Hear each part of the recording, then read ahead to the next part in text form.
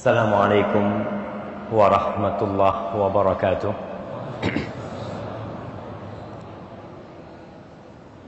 Alhamdulillah alladzi bini'matihi tatimmus shalihat. Segala puji bagi Allah Jalla Jalaluh, yang karena nikmatnya kebaikan-kebaikan menjadi sempurna, yang karena rahmatnya niat-niat baik hamba dapat terlaksana.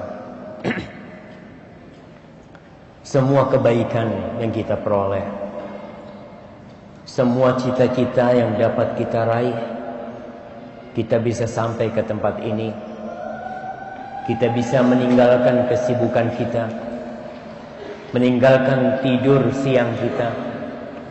Karena saya juga bingung ketika dikasih jadwal kajian habis sholat zuhur. Saya ngomong habis sholat zuhur itu bukan waktunya orang tidur. Tapi ya mudah-mudahan, katanya udah biasa kajian habis zuhur. Betul, udah biasa. Disesuaikan gitu kan, Masya Allah. Tapi kita bersyukur antum masih mau datang ke sini, masih mau dengerin ya. Dan saya bersyukur juga masih bisa duduk di tempat ini. Karena biasanya saya habis zuhur itu tidur, istirahat. Tapi karena disolok kajiannya habis zuhur, ya alhamdulillah. Segala puji bagi Allah Jalla Jalaluh. Sekali lagi, tiada satupun kenikmatan yang dirasakan oleh hamba Allah Subhanahu wa taala, tidak di masjid ini, tidak di bumi Allah Subhanahu wa taala atau di langitnya, melainkan itu adalah anugerah Sang Pencipta Jalla fi'ula. Semoga Allah membantu kita untuk selalu mensyukuri nikmat yang Allah berikan kepada kita. Kita bisa ruku, kita bisa sujud, kita bisa menyempurnakan ibadah Ramadan kita kemarin, kita bisa melaksanakan puasa sunnah di bulan Syawal ini. Itu karena kebaikan Allah kepada kita. Maka tiada yang pantas untuk dipuji kecuali Allah Jalla Jalaluh. Falhamdulillahi Rabbil Alamin. Allahumma salli wa sallim wa zid wa barik wa an'im ala abdika wa rasulika Nabiina Muhammad ibn Abdillah. Ya Allah, semoga salawatmu, semoga salammu, semoga berkah dan nikmatmu senantiasa kau curahkan untuk hamba kekasihmu, untuk baginda Nabi kita Muhammad sallallahu alaihi wasallam, untuk manusia terindah yang pernah Allah ciptakan di muka bumi ini, untuk manusia yang berjuang sampai titik darah penghabisannya demi sampainya Islam ke generasi yang selanjutnya. Maka semoga salawat Allah senantiasa tercurahkan untuk beliau. Kita nih yang udah ngaji, antum Masya Allah dari mana? Jambi, jauh-jauh antum, Masya Allah. Udah berapa kali salawat hari ini? Udah berapa kali salawat hari ini? 200? Mana hadiahnya? Katanya ada hadiah sih. Berapa kali? Nggak terhitung. Masya Allah, ada orang-orang yang memang nggak pakai hitungan, Ustaz. Ana tiap detik sholawat. Subhanallah. Antum berapa kira-kira? 200? Nggak dihitung juga. Masya Allah. Kayaknya yang di Padang, yang di Solok ini memang nggak pada ngitung sholatnya, Ustaz. Masya Allah. Karena terlalu banyak jamaah. Kita ini yang ngaku umatnya Nabi Muhammad, yang ngaku. Salah satu bukti kalau kita umatnya Rasul SAW, kita itu banyak bersolawat buat beliau. Itu salah satu bukti. Kita yang mengaku sebagai Ahlus Sunnah wal Jamaah, tuh bukti salah satu sebagai Ahlus Sunnah wal Jamaah, banyak bersolawat buat Rasul SAW. Solawat itu bukan acara, bukan, tapi salah satu ibadah yang memang kita lakukan selalu. Allah Jalla Jalaluh berfirman, Innallaha, sesungguhnya Allah yang menciptakan langit 7 lapis. Langit itu indah. Sehingga coba bapak-bapak semua melihat ke langit-langit masjid. Coba lihat. Dibikin kayak langit beneran. Tapi nggak bisa. Kalau memang kepingin seperti langit, nggak pakai atap. Ya kan Ustaz? Nggak usah pakai atap, itu kan udah kelihatan langit langsung. Nggak usah bikin kayak gini. Masya Allah. Tapi karena indahnya langit Allah Subhanahu Wa Taala. Innallah, sesungguhnya Allah yang menciptakan langit 7 lapis. Allah Jalla Jalaluhu yang menciptakan surga dan neraka.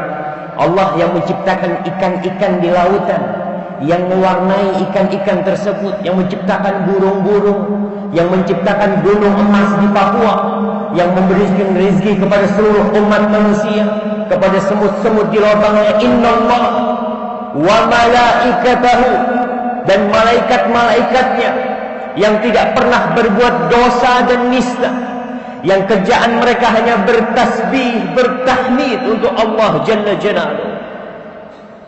Yang kata Rasul sallallahu alaihi wasallam, "Attatis sama' wa huqqalaha an ta'id."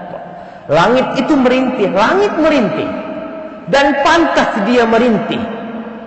Ma min mawdi'i arba'i asabi' aw shibr, tidak ada satupun tempat di langit sana seluas 4 jari, seluas 1 jengkal, illa wa malakun wadi'un jabhatahu, kecuali ada malaikat yang sedang meletakkan keningnya di sana.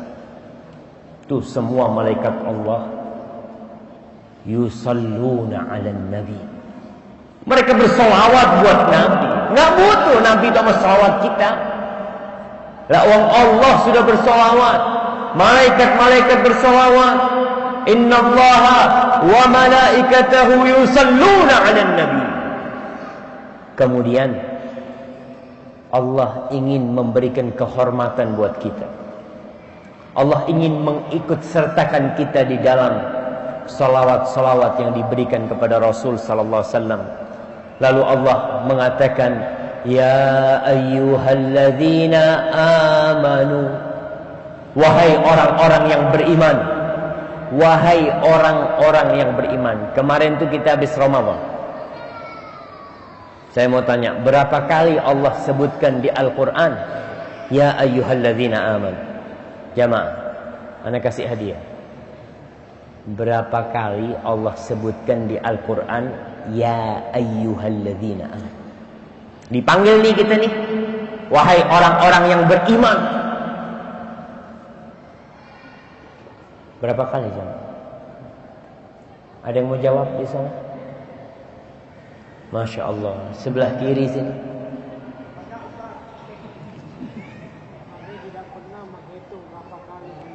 Kami tidak pernah menghitung. Masya Allah. Anak kasih hadiah, fadhal. Masya Allah.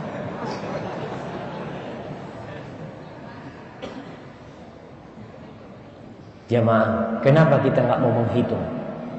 Padahal itu adalah panggilan Allah buat kita.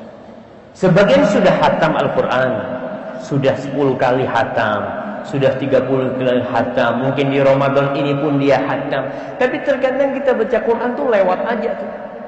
Lewat. Padahal sekarang sudah Allah kasih kemudahan. Full pen berapa harganya? 1.000, 2.000 dapat tuh full pen.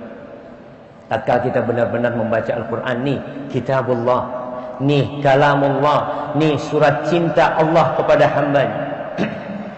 Al-Quran itu surat cinta Allah kepada hamba. Allah mulai dengan Bismillahirrahmanirrahim, dengan nama Allah Ar-Rahman Ar-Rahim. Sehingga tatkala kita lewat nih ya ayyuhalladzina amanu, kata Abdullah bin Mas'ud radhiyallahu taala anhu, idza sami'ta ya ayyuhalladzina amanu fa'ar'iha sam'ak. Kalau kau mendengar ya ayyuhalladzina amanu, wahai orang-orang yang beriman, pasang tuh kupingmu. Kenapa? Karena di situ ada kebaikan yang hendak Allah sampaikan kepadamu. Au syarr tunha, atau ada keburukan yang Allah akan wanti-wanti engkau. Jadi setelah ya ayyuhalladzina amanu pasti ada kebaikan buat kita, atau pasti ada bahaya yang Allah memperingatkan kita. Tapi kalau ya ayyuhalladzina amanu lewat, ya kita nggak pernah berhenti. Tolong mulai sekarang ketika kita baca, dapat ya ayyuhalladzina, alhamdulillah dapat nih. Nggak tahu artinya, alhamdulillah terjemahan Al-Quran banyak. Nggak punya terjemahan Al-Quran, tanya sama ustadz, bawa ustadz, tolong ustadz nih, Allah panggil ana nih. Allah manggil aku, ya ayyuhalladzina amanu, aku mukmin ustadz. Aku termasuk yang beriman dengan Allah. Apa yang Allah inginkan dari aku? Allah mengatakan, ya ayyuhalladzina amanu, sallu alaihi wa sallimu taslima. Wahai orang-orang yang beriman, bersalawatlah kalian dan bersalamlah kepada Rasul sallallahu alaihi wasallam. Kita berbicara dermawanku salah alamat. Nah, salah satunya nih, kata Rasul sallallahu alaihi wasallam, al-bakhil man dzukirtu 'indah falam yusalli alayya alaika salatu wassalam ya Rasulullah. Kata Rasul sallallahu alaihi wasallam, al-bakhil, orang yang pelit adalah orang yang tatkala diriku disebutkan di sisinya, falam yusalli alayya, lidahnya diem, enggak bersolawat buat aku, dia itu orang pelit tuh. Orang bakhil. Banyak di antara kita subhanallah bahkan menulis nama Nabi Muhammad sallallahu alaihi wasallam. Menulis nama Nabi Muhammad. Antum kalau dengar nama Nabi Muhammad jangan diem gitu. Baca sallallahu alaihi wasallam. Ini pelit nih, ketahuan antum pelit. Cuma diminta salawat, apalagi dimintain duit.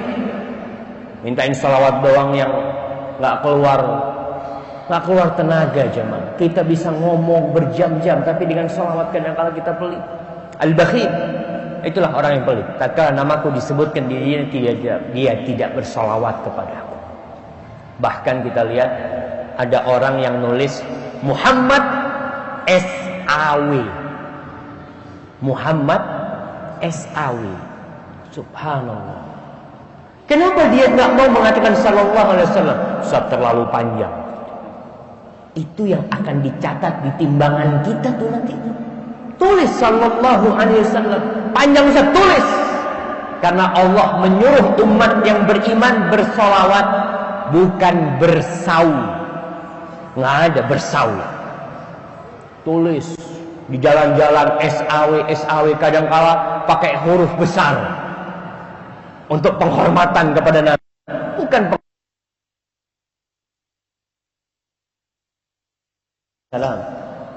Dia akan pelit mengatakan sallallahu alaihi wasallam. Di bahasa Arab dikatakan bahwasanya orang yang paling banyak salawatnya adalah para muhaddits, ahli hadis. Antum melihat Imam Bukhari rahimahullahu taala ada ribuan hadis.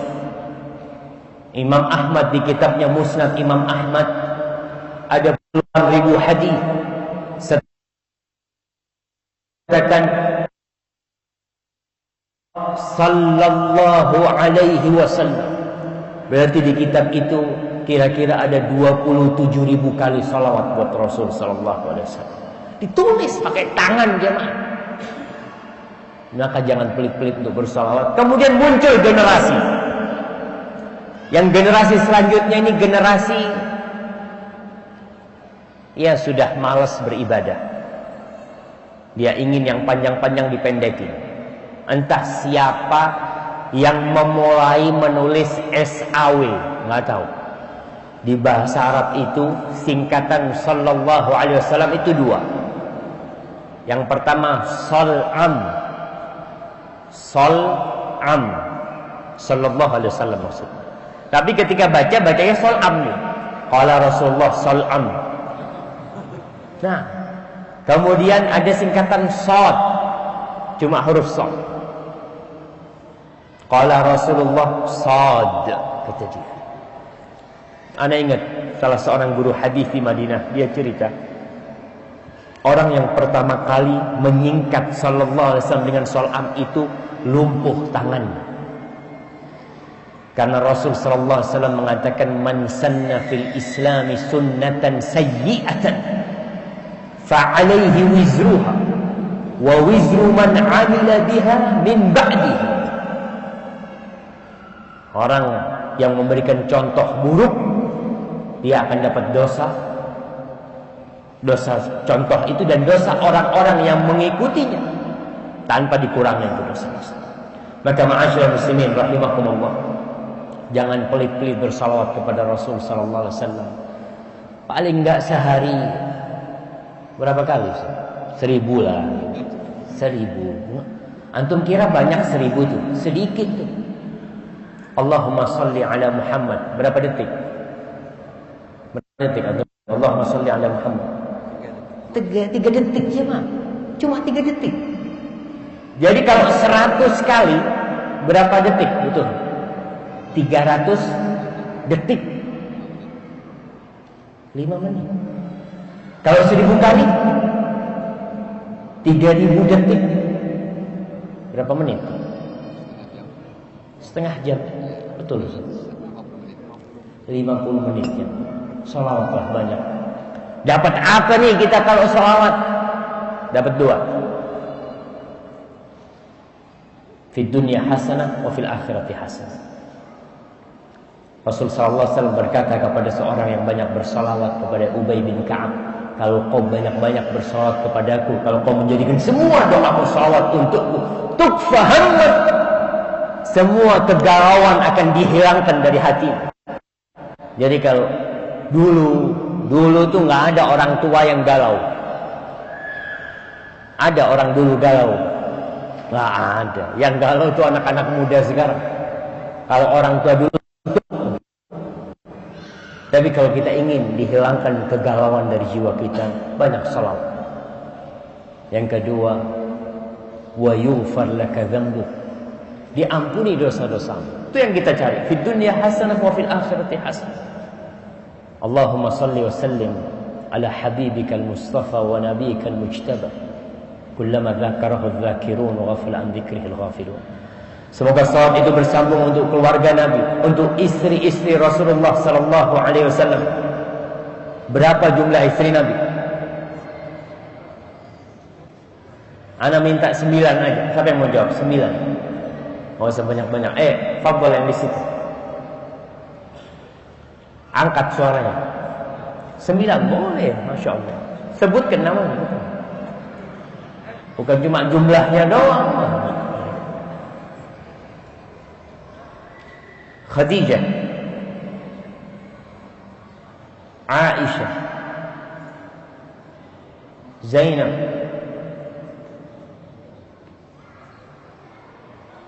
Hafsah, masya Allah. Tolah-tolah dari tadi, masya Allah. Dapat jawaban dari banyak orang, nggak apa-apa. Fadhal.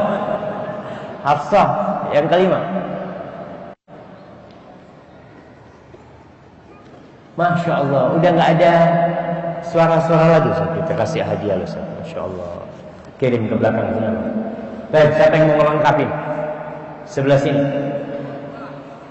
Nah, Ummu Habibah, Ummu Salamah, Safiyah. Udah. Masya Allah. Kirim ke belakang sana. Kayaknya ada. Masya Allah, Anda melihat ada judul majalah nih, keluarga bersolawat. Masya Allah. Allahumma salli wa sallim ala nabiyina Muhammad. Baik. Kenapa kita ini perlu kenal sama istri Nabi? Apa? Agar kita dapat mencontoh mereka. Agar istri-istri kita tuh seperti Aisyah, bisa seperti Khadijah, bisa seperti Zainab. Tuh istri Nabi itu macam-macam modelnya, nggak satu model. Ada yang suka bersedekah, ada yang bisa bikin sesuatu, ya. Ada yang memang ya dia masih anak-anak, ada yang udah tua istri Nabi. Di situ maka kita akan bisa mempelajari bagaimana menghadapi para wanita di sana dan sebagai suri tauladan buat wanita-wanita juga. Semoga salawat itu bersambung untuk putra-putri Rasulullah sallallahu alaihi wasallam. Ada berapa putra-putri Nabi? Masya Allah. Semangat banget, kan udah jawab tadi. Kita cari yang lain sebelah sini. Jamaah, putra-putri Rasulullah sallallahu alaihi wasallam, Ahlul Bait. Masya Allah. Masa nggak ada yang jawab di sini? Nah, fadhal. Al-Qasim, Abdullah, Ibrahim, Ummu Kalthum, Zainab, Fatimah. Anaknya siapa Fatimah? Oh, anaknya Rasulullah SAW. Nah, fadhal kasih Islam. Masya Allah. Dan siapa lagi satunya? Ruqayyah. Nah, Ruqayyah. Dan semoga salat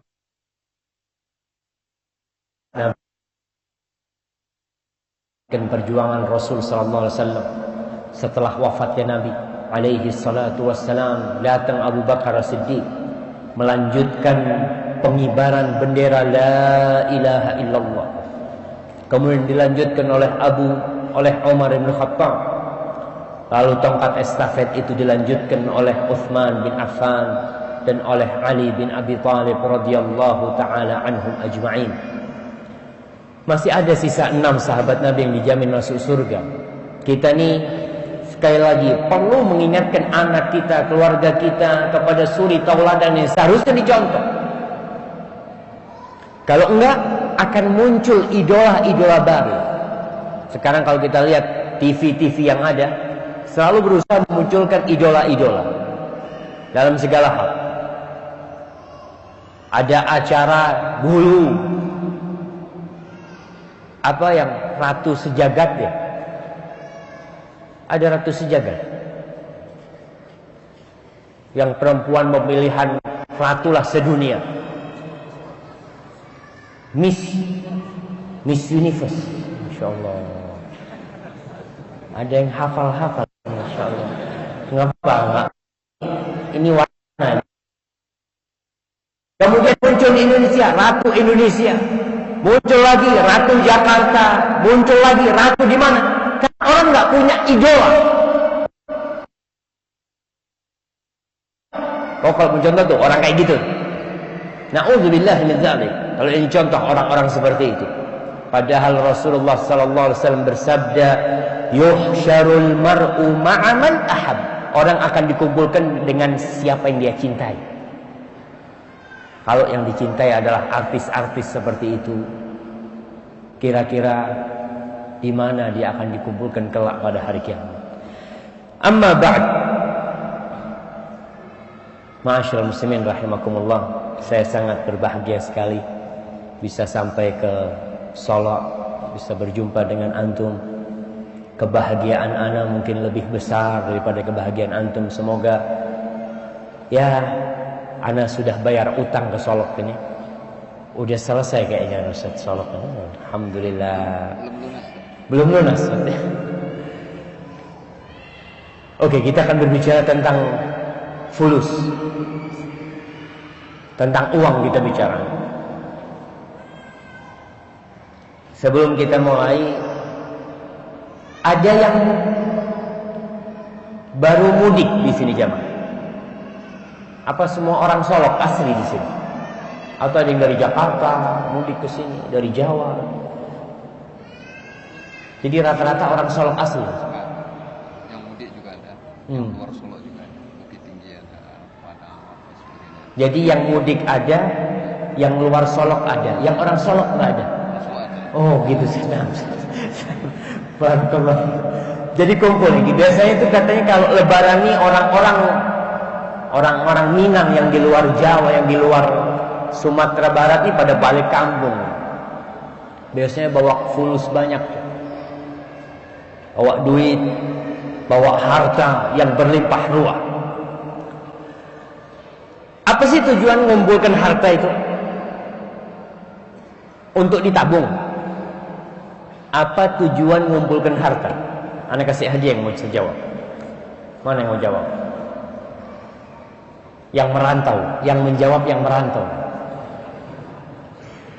Apa tujuan mengumpulkan harta? Apa? Untuk sedekah. Masya Allah. Baru dengar kan ini. Ngomong kasih. Antum merantau. Jadi tujuan mencari duit untuk sedekah dong. Bukan untuk anak dan istri, bukan gitu. Hah? untuk makan juga. Tapi tujuan utamanya sedekah. Masya Allah, jemaah. Alhamdulillah kan. Untuk biaya silaturahim untuk orang di kampung. Kasih hadiah juga, kenapa pun? Fadhal. Benar tuh jemaah.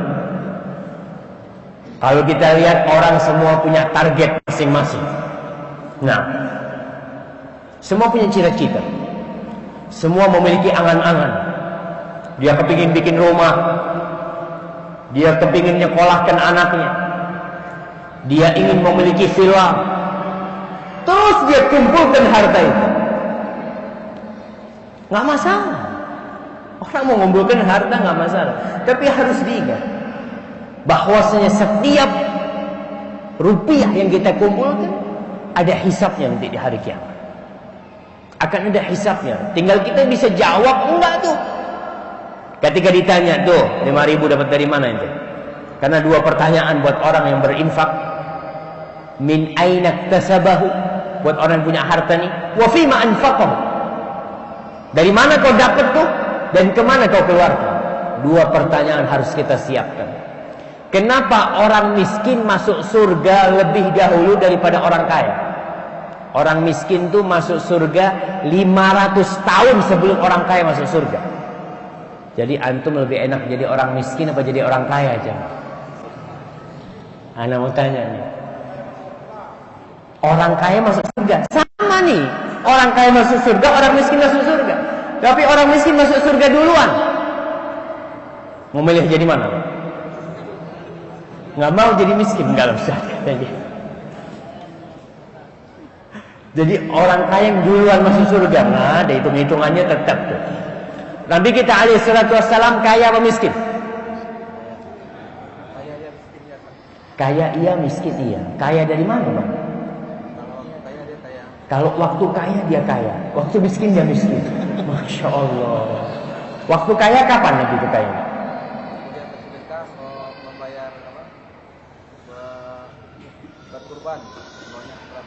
Masya Allah, anda kasih hadiah. Antum harus sehari di kediaman Rasulullah SAW. Nanti antum pelajari. Baik, bismillah. Rasul Sallallahu Alaihi Wasallam nggak punya apa-apa. Kadang-kala sehari makan, sehari nggak makan. Bahkan Rasul sering puasa alaihi salatu wassalam bukan karena niat puasa.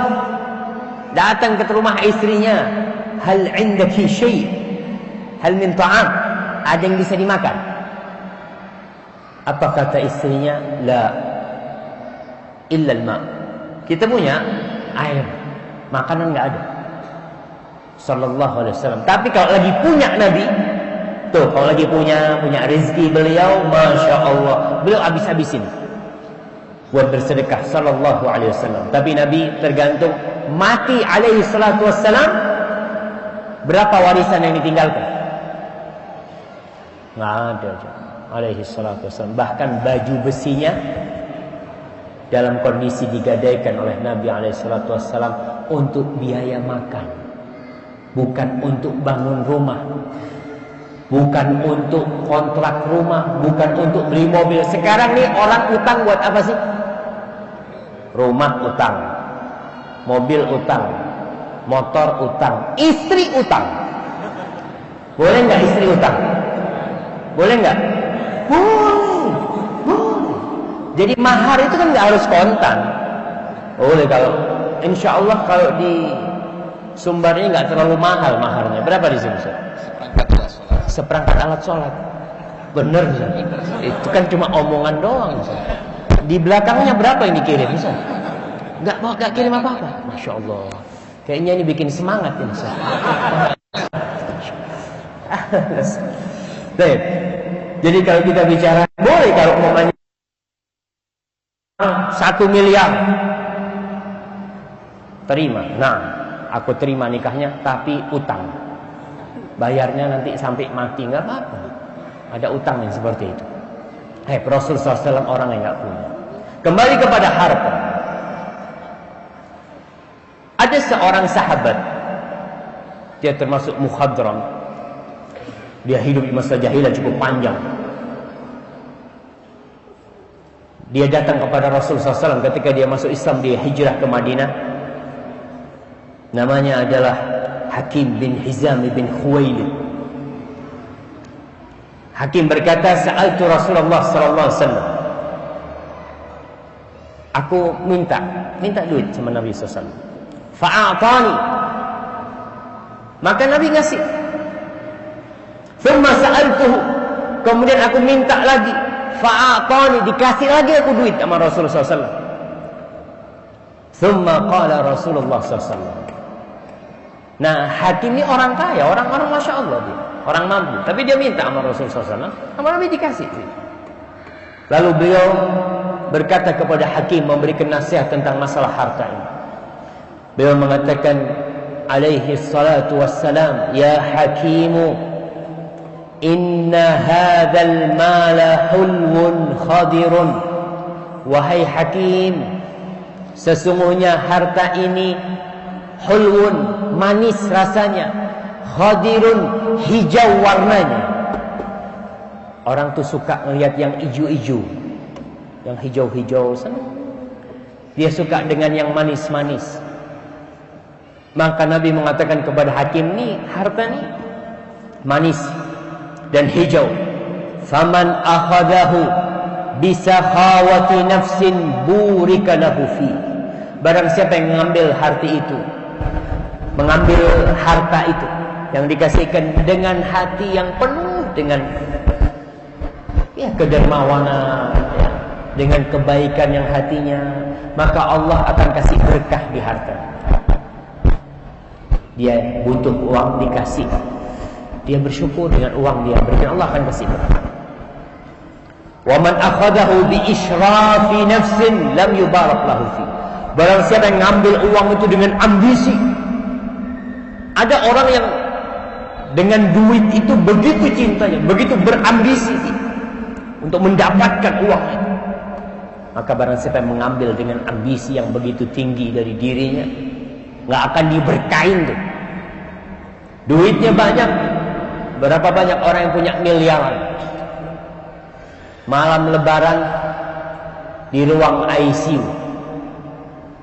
Duitnya jangan ditanya. Dia mungkin punya rumah sakit.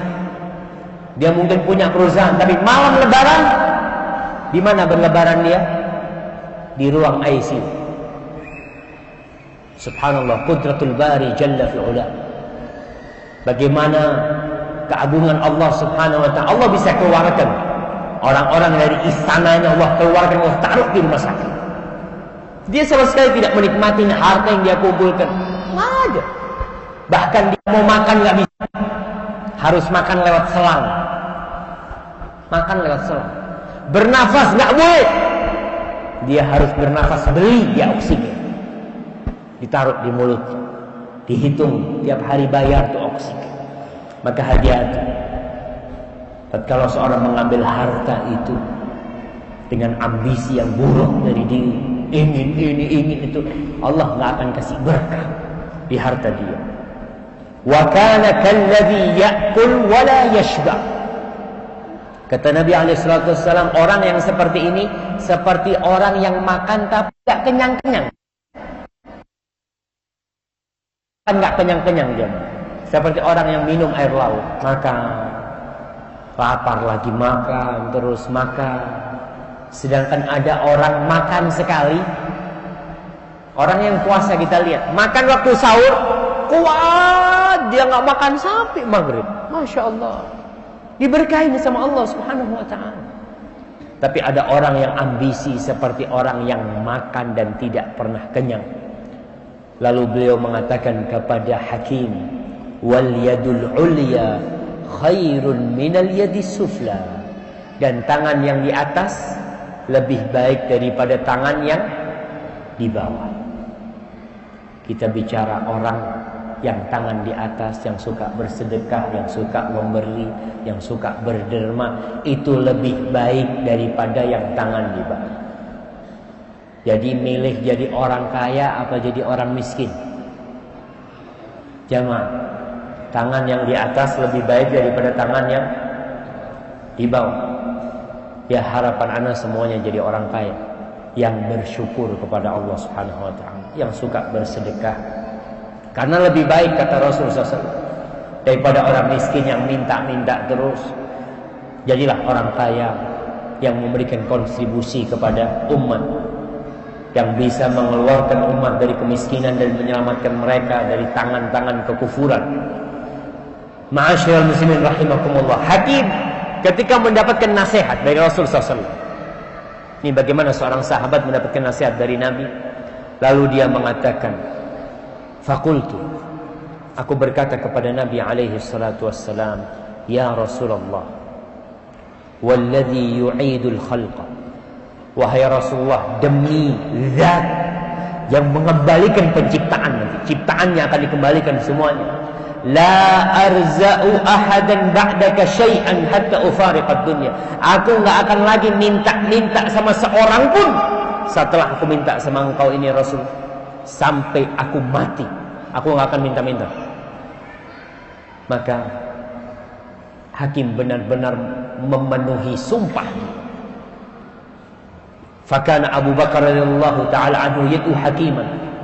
Di masa pemerintahan Abu Bakar, hakim dipanggil. Ada pembagian memang, bagi-bagi dari Baitul Mal, dikasih semua keluarganya itu, dikasih duit ya. Hakim dipanggil, dikasih, dia nggak mau terima. Di masa Umar bin Khattab dikasih, hakim nggak mau terima, enggak. Aku akan kerja sendiri, aku nggak akan minta-minta. Di masa Umar ketika dikasih, hakim nggak mau. Umar mengatakan kepada para sahabatnya, Inni ushhidukum ya ma'syaral muslimin ala hakimin anni a'ridu alaihi haqqah alladhi qasamahu Allahu lahu min hadzal fai' fayaba an ya'khudahu. Wahai kaum muslimin, kalian jadi saksi semua, aku udah kasih hakim bagian dia yang sudah Allah bagikan untuk dia, dia nggak terima. Aku sudah bagi. Hadis yang diriwayatkan oleh Imam Muslim. Kita lihat bagaimana seorang muslim terhadap harta. Jangan terlalu ambisi untuk mendapatkan harta itu. Ma'asyiral muslimin rahimakumullah. Harta bukan ukuran orang dicintai Allah. Katanya orang Minang tuh, orang laki ya, anak laki kalau nggak merantau bukan orang Minang. Betul Ustaz? Ustaz orang Minang, tapi nggak merantau Ustaz. Oh merantau juga, terpaksa Ustaz ya. Insyaallah. Baik. Jamaah sebagian udah pada merem, udah ngantuk-ngantuk, Masya Allah. Tenang jamaah. Sebagian orang berpikiran kalau anaknya merantau, pulang banyak duitnya, wah nih bener nih, berhasil, sukses. Tapi kalau pulang nggak bawa apa-apa, bawa kitab, pulang ke kampung. Nah, kau merantau ngapain? Ya, ngaji Bu. Ngaji cuma, nggak bawa apa-apa pulang. Subhanallah. Terkadang orang berpikir, nah ini mah orang nggak ada harganya. Subhanallah. Dunia ini yang nggak ada harganya. Dunia ini dan isinya nggak ada harganya. Kata Rasul sallallahu alaihi wasallam, "Lau kanatid dunya ta'dilu 'inda Allah janaha ba'udatin ma saqa minha kafiran syarbata ma." Andai kata dunia dan isinya, Kota Padang dan isinya, Kota Solok dan isinya, Sumbar dan isinya, Sumatera semua dan isinya, Indonesia dan isinya, dunia semua, Amerika dengan kekayaannya, Papua dengan emasnya, ta'dilu 'inda Allah, ada nilainya di sisi Allah seperti satu sayap nyamuk. Antum tuh sekali-kali kalau nangkap nyamuk, kadang-kala antum bunuh nyamuk, antum pegang supaya antum tahu bahwasanya dunia ini nggak ada harganya. Antum ingat hadis Nabi tadi, andai kata dunia dan isinya ini ada nilainya seperti satu sayap nyamuk, masa minha kafiran syarbatan, orang kafir nggak akan dikasih minum, satu teguk nggak akan dikasih. Tapi buktinya orang-orang kafir kaya raya, punya gedung-gedung tinggi, perusahaan banyak, berhasil dalam dunia ini, Tapi memang dunia ini nggak ada artinya buat Allah. Nggak ada nilai. Kalau ada seperti satu sayap nyamuk, nggak ada yang dikasih minum. Jadi kalau kita melihat orang, jangan melihat ke harta. Mengatakan, "Fala tu'jibka amwaluhum wala auladuhum." Oh, jangan heran dengan harta mereka, dengan anak-anak mereka yang sukses, yang mungkin jadi pejabat, jadi apa, jadi orang-orang terkenal. Jangan kau terheran-heran. Apa kata Allah? Innama yuridullah liyu'adzibahum biha fil hayatid dunya wa tazhaqa anfusuhum wa hum kafirun. Dengan harta yang Allah berikan kepada mereka, dengan kesuksesan yang diberikan kepada anak-anaknya, apa tujuannya? Allah mau mengadab mereka dengan harta di dalam kehidupan dunia. Jadi azab buat mereka. Mereka mati dalam kondisi kafir kelak. Na'udzubillah min dzalik. Ingat, jadi dunia itu bukan ukuran. Kalau orang kafir, betul, orang kafir itu ukurannya dunia. Jadi saya punya paman dulu di Australia, dia cerita, kita ini kalau mengukur orang dari pakaiannya. Lihat pakaiannya bermerek. Lihat sepatunya doang nih 1,5 juta. Jasnya, kenapa jas itu mereknya kok di luar? Jas itu mereknya di luar atau di dalam jam? Biasanya ada di tangannya, supaya orang tahu nih mahal nih. Kacamata mereknya di luar atau di dalam? Di luar. Sepatu mereknya di luar. Semuanya, karena itu ukuran mereka. Mereka menilai orang, oh, harga bajunya 2 juta, sepatunya 1,5 juta, kacamatanya yang mahal, kacamatanya ya kira-kira 3,5 juta. Jamnya, oh, plus kalau di Indonesia batu akiknya, lihat, oh, batu akiknya ini sungai apa? Sungai Dere, Sungai Jare, wah, ini mah. Dilihat dari sana, ngukur orang itu dari penampilannya. Subhanallah, jangan heran nih orang kaya, orang banyak duitnya, jangan. Rasul sallallahu alaihi wasallam mengatakan, "Innallaha yu'tid dunya man yuhib wa man la yuhib." Allah berbagi dunia ini kepada semua orang. Yang Allah cintai Allah kasih, yang Allah benci Allah kasih. Wala yu'til iman illa man yuhib. Tapi Allah tidak berbagi keimanan kecuali kepada orang yang Allah cintai. Jadi bapak-bapak, ibu-ibu kalau melihat anaknya beriman, anaknya ke masjid, anaknya ngaji, harapannya mudah-mudahan nih dicintai Allah Subhanahu wa taala.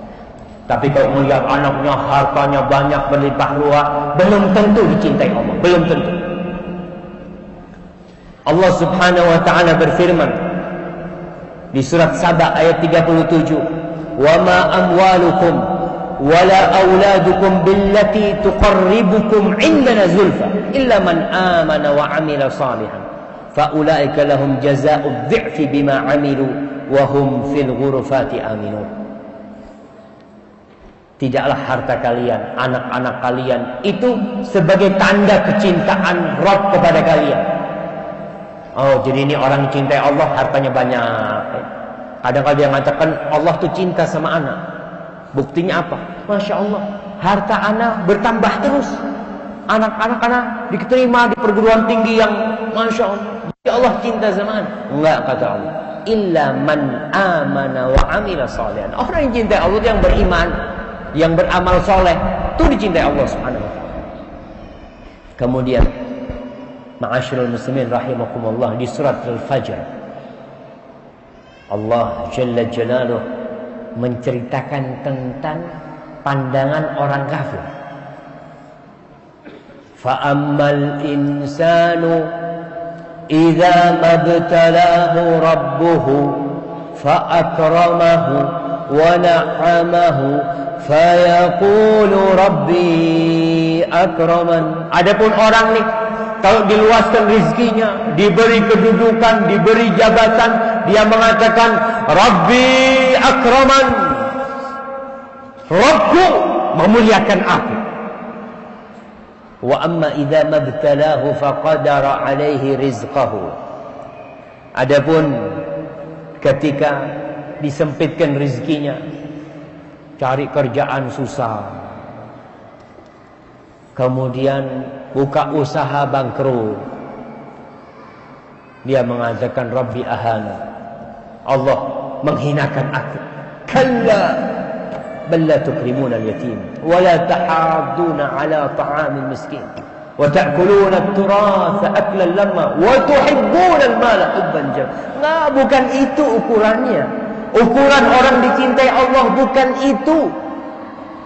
Bukan dengan harta, dengan kesuksesan dunia, bukan. Jadi ma'asyiral muslimin, kita harus tahu bahwa harta pada hakikatnya adalah fitnah, adalah ujian dari Allah Subhanahu wa taala buat kita yang memilikinya, buat kita yang tidak memilikinya. Kalau kita berbicara fitnah harta, bukan hanya buat orang kaya. Kadang-kala kita nih yang nggak punya duit, ngelihat sohib kaya, ente lagi diuji dengan harta. Seharusnya dia jawab, ente lagi diuji, kepingin punya harta. Siapa nggak kepingin punya harta? Semuanya cinta dengan harta, dan itu ujian dari Allah Subhanahu wa taala buat kita. Allah mengatakan, ya ayyuhalladzina amanu, wahai orang-orang yang beriman, la tulhikum amwalukum wala auladukum an dzikrillah. Wahai orang-orang yang beriman, jangan sampai harta kalian, anak-anak kalian itu membuat kalian lalai dari zikrullah. Tuh,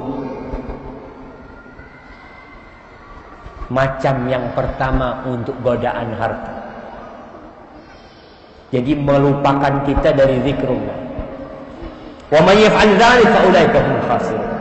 Yang hartanya membuat dia lupa dengan zikrullah, maka dia adalah orang-orang yang merugi. Merugi karena ternyata harta yang dia kumpulkan bakal dia tinggalkan.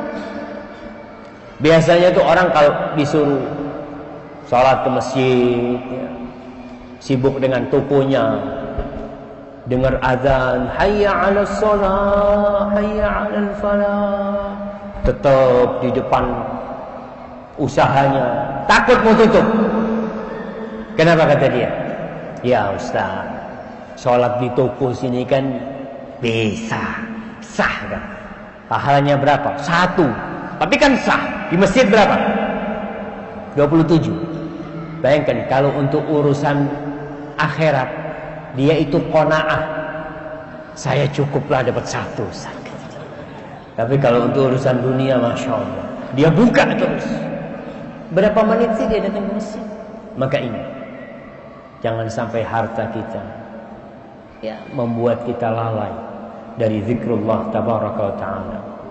Tapi kita bicara ada orang-orang soleh yang Masya Allah, dia banyak hartanya tapi tidak lupa dengan zikrullah. Yang kedua, ujian harta ini kita bicara sulit bersedekah, sulit berinfak, zakatnya sedikit banget. Jadi hitung-hitungan itu kalau urusan zakat dia hitungannya sangat detail. Ini fulan punya utang sama anak belum bayar, sudahlah anak ikhlaskan. Jadi zakat. Kalau dia tahu tuh fulan nggak bakal bayar, jadi zakat aja supaya dia nggak keluar zakat. Subhanallah. Nanti kita ini akan bicara tentang model yang kedua. Kemudian yang ketiga, ada orang-orang yang terfitnah dengan dunia, nggak mikir halal haram, nggak mikir halal sama haram. Yang penting dapat duit. Sampai ada sebuah istilah, yang haram aja susah, apalagi yang halal. Subhanallah. Itu adalah falsafah iblis,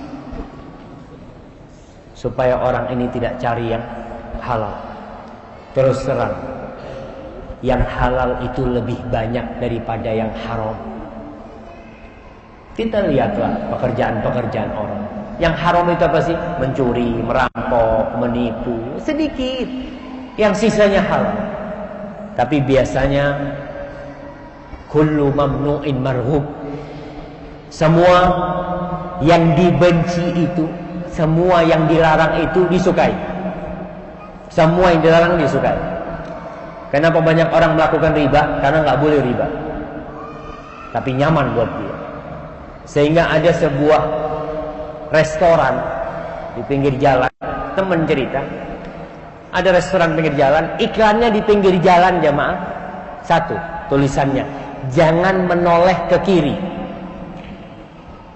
Jangan menoleh ke kiri. Antum noleh nggak ke kiri? Ketika lagi naik motor, jangan menoleh.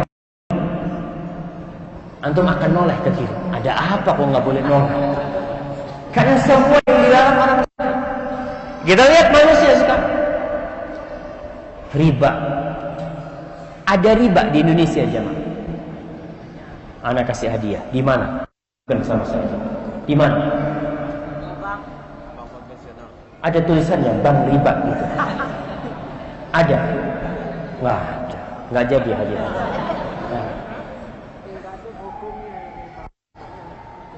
Nama ada bank riba? Nggak ada. Yang ada bunga. Betul.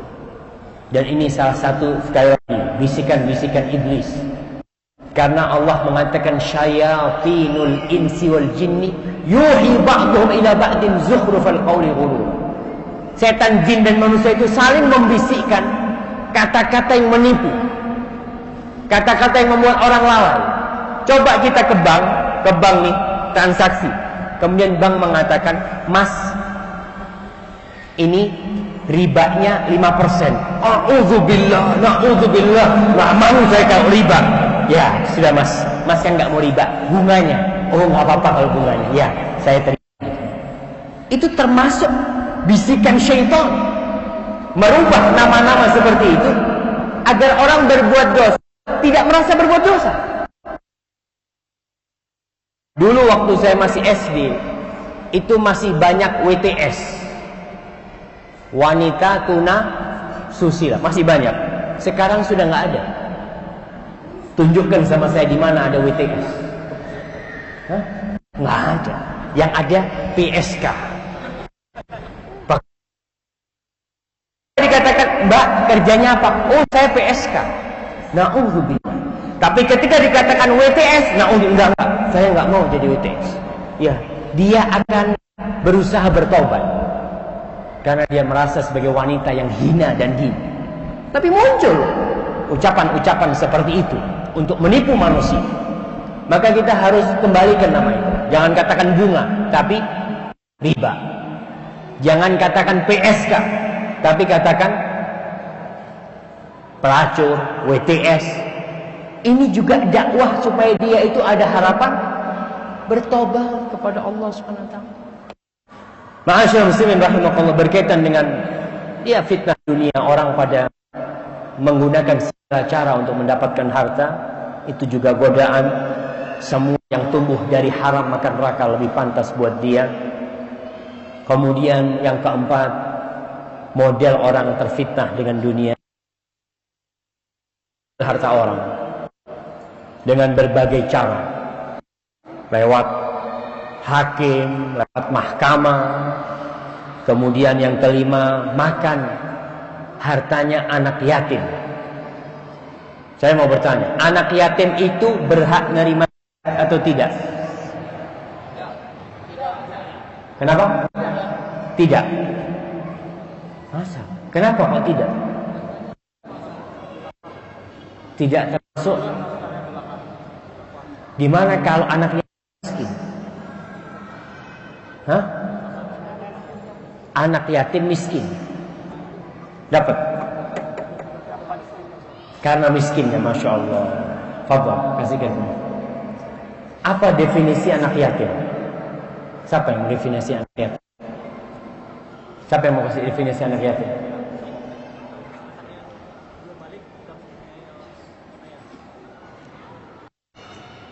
Anak yang belum balik, tidak mempunyai ayah. Jadi kalau anak-anak yang ditinggal kabur sama bapaknya, ayahnya meninggal, masya Allah, barakallahu fikum. Jadi ingat, anak yatim itu yang belum balik. Kadang-kala ada orang umur 50 tahun, Ustaz saya yatim. Bapak saya sudah meninggal. Ya, tapi nggak masuk yatim. Jadi yatim itu kalau belum balik.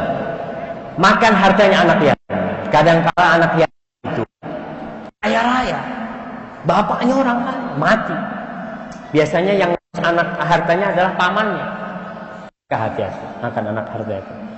Kemudian yang keenam, tidak memberikan gaji kepada orang yang berhak mendapatkan. Ada orang yang menunda-nunda memberikan gaji kepada pekerja dia.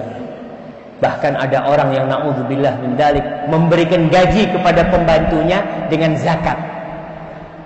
Jadi pembantunya tuh, yang pembantu saya miskin Ustaz, saya kasih zakat, ya udah jadi gajinya dia juga. Jadi dia benar-benar tidak mau memberi gaji, tidak mau mengeluarkan zakat sampai tingkat seperti itu. Maka hati-hati, itu hak orang, harus diberikan kepada mereka. Kemudian bentuk yang ketujuh dari fitnah harta ini, minta-minta sama orang padahal tidak butuh. Dan itu yang banyak terjadi di Jawa. Saya ngomong, nggak tahu di Sumatera saya belum melihat orang-orang minta-minta. Banyak juga. Di mana Ustaz? Masya Allah. Ada orang yang sampai katanya lebih kaya dari pegawai negeri. Tiap hari penghasilannya 200.000. Jadi sebulan berapa? 6 juta aja. Masya Allah. Saya ingat pernah ada seorang wartawati dulu baca koran di Madinah sana. Di malam 27 Ramadan itu harapan Lailatul Qadar begitu besar, sehingga banyak orang bersedekah malam Lailatul Qadar itu, malam 27 itu. Tapi Lailatul Qadar nggak harus malam 27. Ada seorang wartawati ingin tahu berapa yang didapat oleh orang-orang yang minta-minta di Masjidil Haram. Kita lihat kadang-kala ada yang perempuan ya. Ini namanya wartawan perempuan, tinggal pakai cadar dia. Udah di salah satu pintu masjid, dia gini aja. Setelah selesai dia hitung, kata dia dapatnya 11.000 real, 33 juta satu malam. Kata dia, anak kepingin berhenti jadi wartawan, ingin jadi minta-minta. Subhanallah jemaah. Maka orang yang seperti ini itu juga fitnah dunia. Rasul sallallahu alaihi wasallam mengatakan, la tazalul mas'alatu bi ahadikum hatta yalqa Allah ta'ala wa laysa fi wajhihi muz'atu lahm. Orang itu akan terus minta-minta padahal dia enggak butuh. Akhirnya dia akan berjumpa dengan Allah pada hari kiamat nantinya. Di wajahnya enggak ada dagingnya. Jadi dia akan menundukkan wajahnya. Karena orang-orang kan ada yang pura-pura miskin ya. Dia punya seragam. Jadi keluar dari rumahnya pakai baju bagus. Nanti sampai masjid mana, dia masuk kamar mandi, dia ganti seragam. Dengan topinya dia datang, minta. Hati-hati. Kemudian yang ke-8, salah alamat mendermakan harta. Salah alamat. Dia gunakan untuk kemaksiatan. Dia gunakan untuk hal-hal yang tidak bermanfaat. Ketika diminta sedekah, nggak nolak. Tapi kalau untuk kemaksiatan, mau. Ada orang yang diminta untuk bangun masjid, aduh, nasinya mungkin 100.000. Tapi ketika untuk membangun kafe, membangun tempat-tempat untuk kemaksiatan, dia siap untuk mengeluarkan. Allah Subhanahu wa taala mengatakan, innal ladzina kafaru yunfiquna amwalahum liyasuddu 'an sabilillah. Sesungguhnya orang-orang kafir, mereka membelanjakan hartanya untuk menghalangi, untuk membendung dakwah, agar dakwah ini nggak sampai. Dia keluarkan duitnya untuk membeli apa saja, yang penting bagaimana dakwah yang hak ini tidak sampai kepada mereka. Allah mengatakan fasayunfiquna thumma takunu alaihim hasra thumma yughlabun. Maka mereka akan mengeluarkan harta itu, dan harta itu akan menjadi penyesalan buat dia. Akan menyesal karena dia telah keluarkan di sana. Salah alamat, uangnya banyak, na'udzubillah min dzalik, na'udzubillah. Ada seorang yang cerita, seorang pejabat di Jakarta, ketika haji dia cerita, Ustaz, Ada di Jakarta seorang Pak Haji,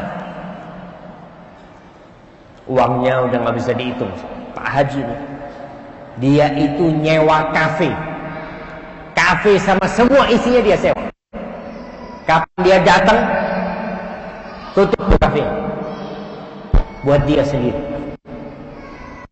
Seorang yang sudah bergelar haji, dia melakukan hal itu, na'udzubillah min dzalik jamaah. Itu akan jadi penyesalan buat dia ketika dia akan ditanya dengan setiap persen yang dia keluar. Kemudian yang ke-9, orang yang berbangga-banggaan dengan hartanya. Sekarang berbangga-banggaan dengan apa? Ya dengan mobil. Temannya beli mobil ini, dia beli mobil yang lebih dahsyat lagi.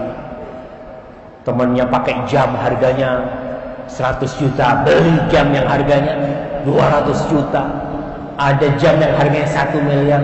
Saya dulu berpikir ketika di Madinah ngelihat toko jam, ngelihat harganya jam 200 juta, apa ada yang beli? Saya lihat ternyata ada yang beli.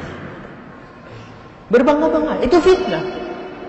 Karena memang itu kehidupan dunia. Padahal kelak ketika dia mati, jam yang harganya 200 juta ikut masuk kuburan enggak? Anaknya akan mengatakan, Pak, jazakallah khair, Pak. Saya buka jamnya, Pak. Insyaallah. Dibuka sama anaknya. Mungkin dia pakai batu permata. Masya Allah, dari dulu aku tunggu-tunggu batu permatanya, Pak. Jazakallah khair. Dia keluar. Hati-hati, itu juga fitnah dunia. Kemudian yang ke-10, fitnah dunia ini, ada orang yang tidak memberikan hak istri dan anak-anak yang seharusnya menjadi tanggung jawabnya. Tidak mau berinfak kepada orang tuanya ditelantarkan. Ada anak-anak yang sukses, yang berhasil, orang tuanya dijadikan pembantu. Ada. Karena anaknya sudah sukses, jadi ibunya itu dijadikan babysitter, gendong anaknya. Si ibu karena nggak punya, memang nggak mau ikut anaknya. Jangan, hati-hati. Kita wajib ngasih nafkah sama orang tua kita, bukan karena dia gendong anak kita. Enggak, dia tuh yang melahirkan kita dulu. Dia yang udah capek gendong kita. Jadi ada orang-orang yang sukses ini memanfaatkan kedua orang tuanya. Bapaknya dijadikan supir, bapaknya dijadikan tukang kebun, ibunya dijadikan pembantu di rumah yang bersih-bersih. Subhanallah, jangan. Jadikan ibu kita ratu, hak, fadl. Ingat dengan sabda Rasul SAW, anta wa maluka li abik. Kau nih, tubuhmu nih semua bersama hartamu yang kau kumpulkan itu milik orang tua, milik bapak. Jadi orang tua tuh mau ngambil harta anaknya, selama tidak membahayakan anaknya nggak apa-apa. Anaknya punya mobil 3, 2 nggak dipakai, dia ambil 1, boleh dia. Selama dia ngambil dengan cara yang ma'ruf. Karena apa? Karena harta dan diri kita ini milik orang tua kita aja. Jadi ada hak-hak. Apalagi ini orang-orang yang mungkin tinggalnya di Jakarta, orang tuanya tinggal di kampung, ya. Kadang-kadang dia lupa dengan orang tuanya, ngasih sama orang tuanya cuma sekedarnya. Kadang-kadang orang tuanya masih harus cari sayur-sayuran sendiri, karena yang dikirimkan oleh anaknya sangatlah minim. Subhanallah. Tuh pintu surga buat kita. Kata Rasul SAW, syaqiyun abdun adraka walidayhi aw abawayhi aw ahadahuma fil kibar falam yudkhilahul jannah. Celaka seorang hamba yang mendapati kedua orang tuanya masih hidup atau salah satu dalam kondisi sudah sepuh, sudah tua, tapi ternyata dia tidak bisa masuk surga lewat orang tuanya. Kalau lewat orang tua kita tidak bisa masuk surga, mau lewat pintu mana kita masuk surga? Kita berbuat baik sama orang tua itu paling tidak ada perasaan balas budi. Ada perasaan, loh ini orang tuaku yang nyekolahkan aku, yang ngasih susu aku, yang kalau aku sakit dia yang bawa aku ke dokter. paling nggak ada harapan untuk balas budi. Kalau sama orang tuanya nggak bisa, dia berbuat baik sama orang tua, sama siapa dia akan berbuat baik. Tapi terkadang ada orang yang bersedekah hanya untuk riya, hanya untuk dilihat orang. Ma'asyiral muslimin rahimakumullah, semua cinta dengan harta, semua cinta dengan duit, walaupun orang itu sudah berduit. Jadi jangan dipikir ya orang kalau sudah kaya raya, punya uang 1 triliun, ada tawaran keuntungan 5 juta nggak dia ambil. Tawaran keuntungan 1 juta dia ambil. Karena Allah mengatakan wa tuhibbunal mala hubban jam. Ketika manusia cinta dengan harta, diuji sama Allah untuk bersedekah, untuk zakat, untuk berinfak.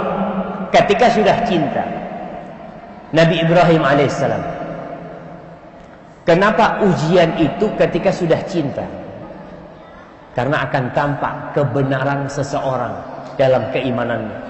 Rasul sallallahu alaihi wasallam mengatakan was-shadaqatu burhan. Sedekah itu adalah bukti. Bukti apa? Bukti keimanan seorang hamba, bukti ketakwaan seorang hamba, bukti keyakinan dia kepada Allah Subhanahu wa taala. Sedekah. Orang cinta sama harta tapi dia keluarkan. Dan itulah ujian yang sebenarnya. Kalau orang nggak suka sama harta, maka dia akan keluarkan duitnya. Itu kenapa dia sedekah? Anda nggak suka sama duit ini, maka Anda keluarkan. Tapi tidak. Manusia cinta dengan harta, di situ diuji oleh Allah Subhanahu wa taala bagaimana dia mengeluarkan hartanya di jalan Allah Subhanahu wa taala. Jangan salah. Karena kita akan ditanya, kemana kau keluarkan tuh duit? Tapi biasanya jemaah, ini biasanya uang haram keluarnya kemana? Ke haram. Uang panas keluarnya ke yang panas. Ada perampok bangun masjid, ada perampok buat modal usaha. Saya Ustaz ngerampok ini Ustaz, ya kepingin punya modal. Aduh, hampir nggak ada. Tanyain perampok-perampok yang ketangkap, duitnya kemana? Foya-foya. Merampok 1 miliar seminggu habis. Habis nih. Buat berzina, buat minum. Na'udzubillah. Itu yang terjadi.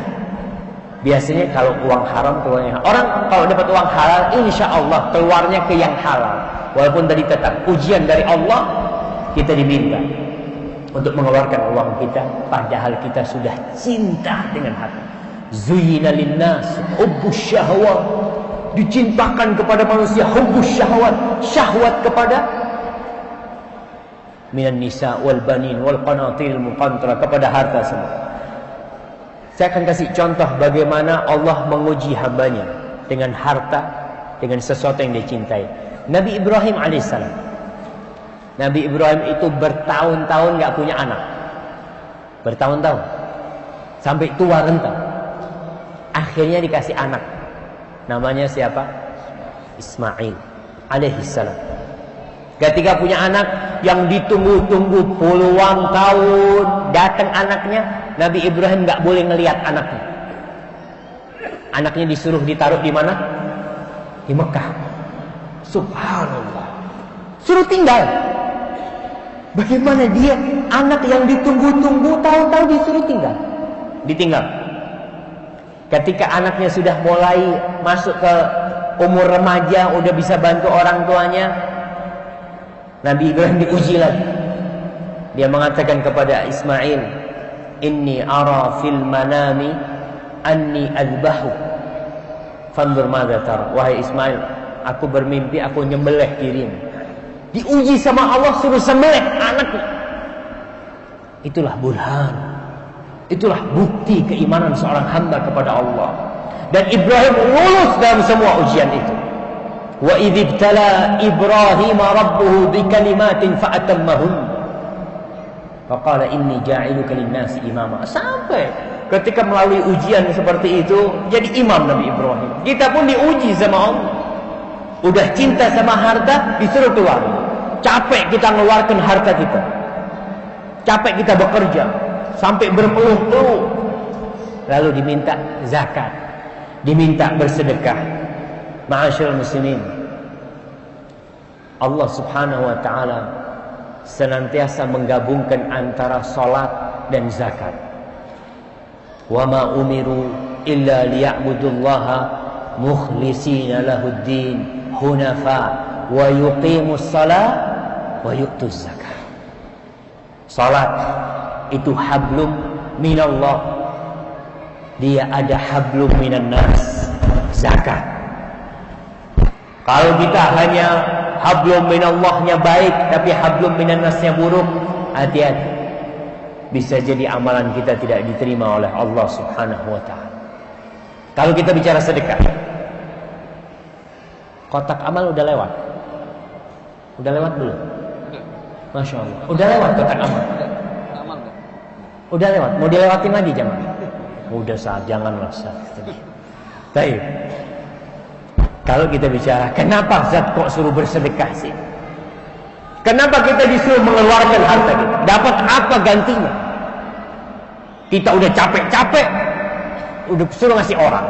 Kok enak banget tuh orang gak ikut kerja, merasakan nikmat harta kita. Kalau kita bersedekah, bangun masjid, bangun madrasah, memberikan beasiswa kepada anak-anak yang gak mampu untuk belajar ilmu, dapat apa? Dapat surga. Dapat surga? Ya cuma surga. Kadang-kadang kita berpikir surga ini, sering kita dengar surga, tapi tidak menggerakkan sesuatu di hati kita. Selamat dari api neraka? Ya, selamat dari api neraka. Apa nggak ada amalan lain yang masuk surga tanpa sedekah? Orang kadang-kadang berpikir seperti ini. Kalimat surga tidak lagi menggerakkan hati. Allah subhanahu wa ta'ala berfirman, wasari'u ila maghfiratin min rabbikum wa jannatin 'arduha as-samawati wal ardu 'iddat lil muttaqin. Kalian bersegeralah menuju kepada ampunan Allah dan surganya yang luasnya seluas langit dan bumi, seluas langit dan bumi. Bapak-bapak kalau punya villa luasnya 100 hektar, gimana perasaannya? Merasa Masya Allah, saya punya, di situ ada pacuan kuda, di situ ada kebun semangka, di situ ada kebun macam-macam, kebun anggur, kebun durian. Masya Allah, udah seneng banget. Gimana kalau yang ditawarkan oleh Allah seluas langit dan bumi?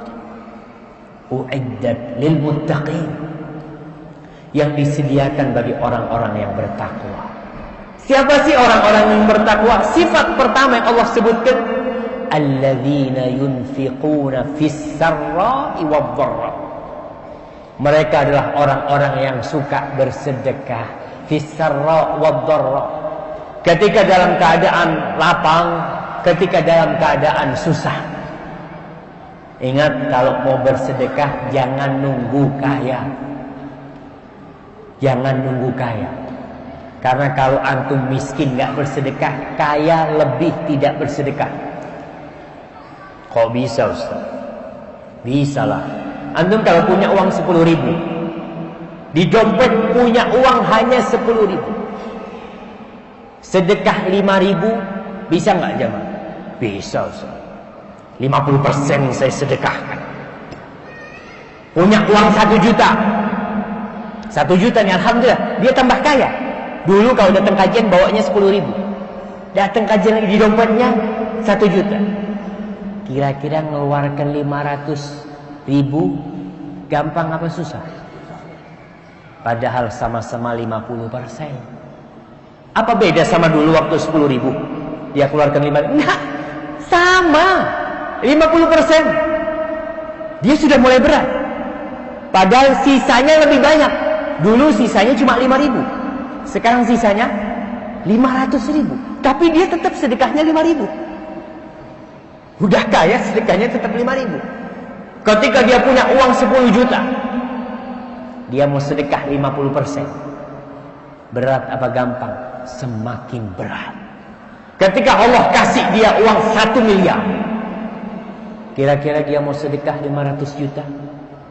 Padahal sama dengan waktu dia punya 10.000. 50%. Dan yang dia tinggal 500 juta sisanya. Dulu kau sisa 5.000 masih seneng lah. Alhamdulillah masih ada sisanya 5.000. Nggak apa-apa aku sedekah 50%. Maka hati-hati jangan. Yunfiquna fis sarra'i wad dharra. Mereka berinfak dalam keadaan lapang dan keadaan susah. Maka jangan nunggu kaya bersedekah. Usaha sedekahnya ya berapa Ustaz? 50%? Enggak harus 50%. Paling enggak 30%. Atau sepertiga harta. Kita akan lihat bagaimana janji Allah akan memberikan ganti nanti. Baik. Dapat apa? Dapat surga. Kita dengan surga enggak tertarik kadang-kadang. Ada seorang sahabat Umayyah bin Hammam Al-Ansari. Ketika perang Badar, Umar mengatakan, Umar mendengar Nabi berkata, perang Badar nih, beliau mengatakan kepada para sahabatnya, Qumu ila jannatin arduha samawati wal ard. Kalian semua bangkit berperang ke sana menuju surga Allah yang luasnya seluas langit dan bumi. Umar ketika mendengar luasnya surga seluas langit dan bumi, dia bertanya, "Ya Rasulullah, jannatun arduha samawati wal ard." Wahai Rasulullah, surga yang luasnya seluas langit dan bumi. Nah, iya kata Rasulullah SAW. Lalu Umar mengatakan bakhin. Bakhin itu ucapan untuk keheranan, takjub. Rasul bertanya, antakula bakhin. La ya Rasulullah, nggak ada. Anak ucapanku itu illa rajaan akuna min ahliha. Hanya aku mengharap untuk menjadi penghuni surga. Apa kata Rasul SAW kepada Umar? Anta min ahliha. Engkau termasuk yang menghuni surga, wahai Umar. Masya Allah. Umar ketika itu mengeluarkan beberapa butir kurma dari sarung pedangnya. Dia hendak makan. Lalu dia mengatakan, itu hatta akula hadhihi tamarat la hiya hayatun tawila. Kalau aku hidup sampai menyelesaikan makan kurma ini, maka itu kehidupan yang panjang. Kata Anas bin Malik yang meriwayatkan hadis ini, fa'alqat tamarat. Maka kurma itu dia lemparkan dan dia maju ke medan perang hatta qutila radhiyallahu taala anhu, sampai dia meninggal radhiyallahu taala anhu. Jamaah, jannatun arduha samawati wal ard. Mau enggak sedekah dikasih surga? Pernah Al-Imam Nawawi menceritakan tentang sebuah hadis di Sahih Muslim. Rasul SAW mengantarkan jenazahnya Abu Dahdah. Abu Dahdah seorang sahabat dari kalangan Ansar, meninggal dunia, dimakamkan. Lalu Rasul SAW mengatakan, kam min idqin mudalla li Abi Dahdah fil jannah. Berapa banyak kurma-kurma yang bergelantungan milik Abu Dahdah di surga Allah SWT. Ma'asyiral muslimin rahimakumullah. Ada apa dengan Abu Dahdah yang memiliki kebun kurma di surga Allah SWT? Al-Imam Nawawi menceritakan bahwa pernah terjadi perseteruan di dalam hadis yang diriwayatkan oleh Imam Tabrani kalau nggak salah. Jadi ada seorang sahabat Ansor ribut tentang satu pohon kurma. Jadi ada satu bocah, ya masih remaja, masih anak-anak, dia mau bikin pagar di kebunnya. Tapi di jalan kebunnya itu ada satu pohon kurma milik tetangganya. Maka dia minta kepada tetangganya, udahlah, nih pohon kurmamu kasihkan ke aku. Biar aku bikin pagar ini, ya masukkan pohon itu. Kata nih orang nggak mau. Enggak lah. Akhirnya tuh sahabat laporan kepada Rasul Sallallahu Alaihi Wasallam. Laporan kepada Nabi. Dipanggillah sahabat Ansar. Kata Rasul Sallallahu Alaihi Wasallam, satu pohon kurma itu kasihkan kepada dia. Laka nahlatun fil jannah. Oh akan dapat ganti satu pohon kurma di surga. Satu pohon kurma di surga. Kata nih sahabat, ya enggak lah Nabi, katanya dia. Eman-eman dia dengan pohon kurma itu. Ya udah. Abu Dahdah mendengarkan cerita itu. Lalu dia bertanya kepada Rasulullah SAW, ya Rasulullah, idza bi'tu hadhihi nakhlah, hal li nakhlatun fil jannah? Wahai Rasulullah, kalau satu pohon kurma tadi itu aku beli, apakah tawaranmu tetap berlaku? Aku punya satu pohon kurma di surga. Nah, berangkat Abu Dahdah menjumpai sahabat Ansor yang punya satu pohon kurma itu. Kau tahu nggak kebunnya Abu Dahdah? Tahu, kata dia. Abu Dahdah punya kebun kurma yang disebutkan isinya 400 sampai 600 pohon kurma. 400 sampai 600 pohon kurma. Mau nggak kau satu pohon kurma itu aku ganti dengan kebunku, kata dia. Ya mau lah, kata dia. Dengan satu di surga nggak mau. Dengan satu kebun pohon kurma mau dia. Ya udah, aku beli. Diganti. Akhirnya satu pohon kurma itu dimiliki oleh Abu Dahdah di surga Allah Subhanahu wa taala. Diceritakan oleh para ahli sirah, ketika Abu Dahdah masuk ke kebunnya, di kebunnya tuh ada istrinya sama anak-anaknya. Dipanggil sama Abu Dahdah dari luar, ya Ummu Dahdah, ya Ummu Dahdah, wahai Ummu Dahdah, keluar kau. Laqad bi'naha binakhlatin fil jannah. Kita sudah jual kebun ini dengan satu pohon kurma di surga Allah Subhanahu wa taala. Apa kata istrinya? Rabihal bay', Rabihal bay', Abu Dahdah. Untung kau Abu Dahdah. Jamaah, di surga itu khalidina fiha abada, selama-lamanya. Tapi kebun kurma yang dimiliki seorang di muka bumi ini, kebun sawit yang berhektar-hektar dimiliki oleh manusia di muka bumi, akan dia tinggalkan. Tapi sekali lagi, kadang-kala kita dengar surga ini nggak menggerakkan apa-apa di hati kita. Maka Allah Subhanahu wa taala menawarkan kepada kita utang piutang. Allah utang. Ente nggak mau kan? Kita kalau disuruh bersedekah kan kadang-kala mengeluarkan duit ini berat. Sudahlah, sistemnya bukan memberi, sistemnya mengutangi. Allah Subhanahu wa taala berfirman, innal musaddiqina wal musaddiqat wa aqradullaha qardan hasana yudha'af lahum wa lahum ajrun karim. Sesungguhnya orang-orang yang bersedekah dari kalangan lelaki dan yang bersedekah dari kalangan wanita dan mereka ngutangin Allah qard, jadi akadnya akad utang piutang, maka Allah akan melipat gandakan bagi dia.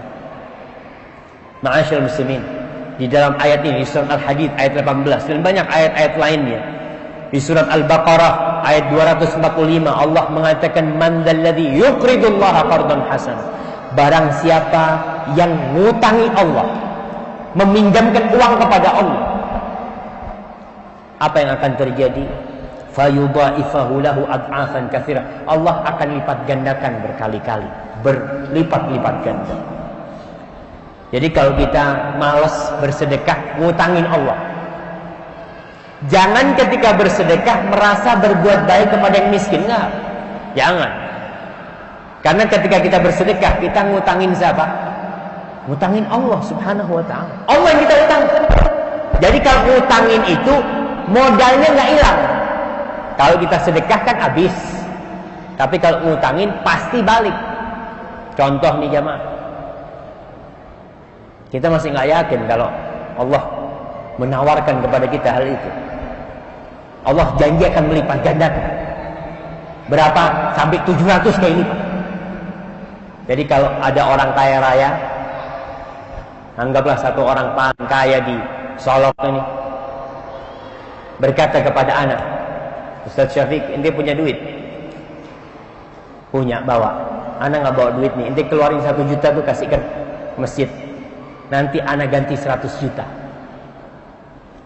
Anak keluarin nggak duit itu? Anak tahu nih, fulan nih nggak pernah bohong dan dia duitnya banyak, orang baik nih fulan. Anak keluarin nggak? Keluarin 1 juta, insya Allah. Betul ya, 100 juta, 100 juta. Kita akan keluarin karena kita yakin dia akan ganti. Tapi kenapa ketika Allah menawarkan kepada kita, kita nggak mau? Allah tawarkan 700 kali lipat. Kita masih ragu. Tapi kalau ada investasi ya, investasi naruh 1 juta tiap bulan dapat 1,5 juta, itu orang berlomba-lomba. Padahal investasi kita kepada Allah Subhanahu Wa Taala 1 dikali 700. Pernah ada seorang sahabat yang datang kepada Rasulullah SAW bawa 1 ekor onta, pakai pelana lengkap. Dia mengatakan, ya Rasulullah, hadhihi fi sabilillah. Rasulullah, nih 1 di jalan Allah. Apa kata Rasulullah SAW? Laka biha yaumal qiyamah 700 naqah kulluha maktum. Engkau akan mendapatkan ganti pada hari kiamat 700 ekor onta, bukan 1. 700 ekor onta, semuanya pakai pelana lengkap. Jadi yang akan ada di timbangan dia, di mizan nanti, bukan 1 onta, tapi berapa? 700 ekor onta. Ya, orang kadang-kala masih, ya Ustaz, eman-eman Ustaz. Kita mau investasi, takut. Rasul sallallahu alaihi wasallam mengatakan, "Ma naqasat sadaqatun min mal." Sedekah itu tidak akan mengurangi harta. Tidak akan mengurangi harta. Nggak bakal. Kita umpamanya punya duit 1 juta, sedekah 100.000. Duit kita tinggal berapa? Tinggal berapa jemaah? Tinggal 900.000. Itu kan nominalnya berkurang. Tapi kata Rasulullah, mana qasad, nggak akan berkurang. Bisa jadi itu yang jelas akan bertambah. Duit yang kita berikan yang tinggal 900, manfaatnya mungkin bisa seperti 10 juta. Barokahnya. Antum kalau punya mobil, kepingin berkah mobilnya, kepingin berkahnya, pinjamkan ke orang. Orang butuh, pinjam fakir. Subhanallah, titipkan sama Allah Jalla Jalaluhu. Mana qasad sadaqatun min mal. Percaya enggak kita sama Nabi? Yakin enggak? Nabi mengatakan enggak berkurang. Ya tadi, as-sadaqatu taqi masari as-su. Sedekah itu menyelamatkan kita dari mati yang buruk, dari tabrakan-tabrakan, ya. Subhanallah, kadangkala kita mobil mau ditabrak orang, selamat ya Allah. Subhanallah. Mudah-mudahan dengan kita bersedekah itu barokah. Dengan kita bersedekah, harta tidak akan berkurang. Ma'asyiral muslimin rahimakumullah. Ustaz, sampai jam berapa, Ustaz? Jam 3.4 aja dulu. Oke, siap. Rasul sallallahu alaihi wasallam ketika mengatakan sedekah itu tidak akan mengurangi, Allah Jalla Jalaluhu di surat As-Saba ayat 39 berfirman, "Wa ma anfaqtum min syai'in fahuwa yukhlifu."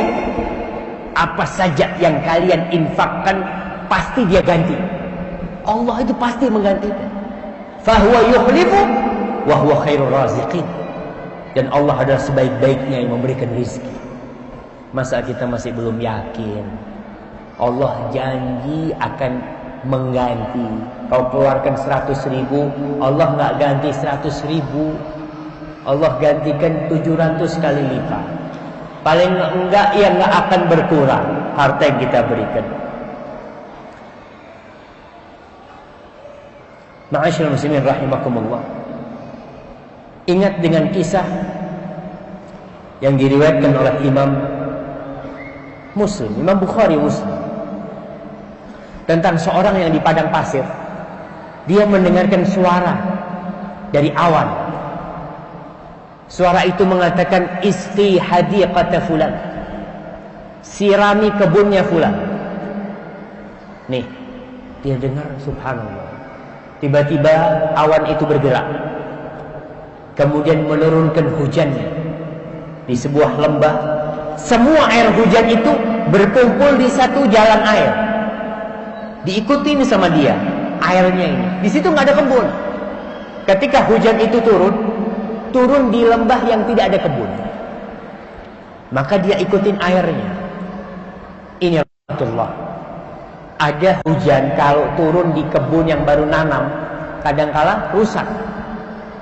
Karena terkena ya jatuhnya air hujan itu. Ini jatuhnya di tempat lain. Tapi airnya jalan. Diikuti sama orang ini. Dia mengatakan, Rasul SAW menceritakan hal ini. Fatatabba'al ma. Dia mengikuti jalannya air itu. Fa idza rajulun qa'imun fi hadiqatihi yuhawwilul ma bimishatihi. Tahu-tahu diikutin air itu bermuara di kebun seseorang. Kebun dia saja. Dia lagi pegang kayak model cangkul ya. Airnya itu diarahkan, dijalankan ke kiri, ke kanan. Faqala lahu ya Abdullah.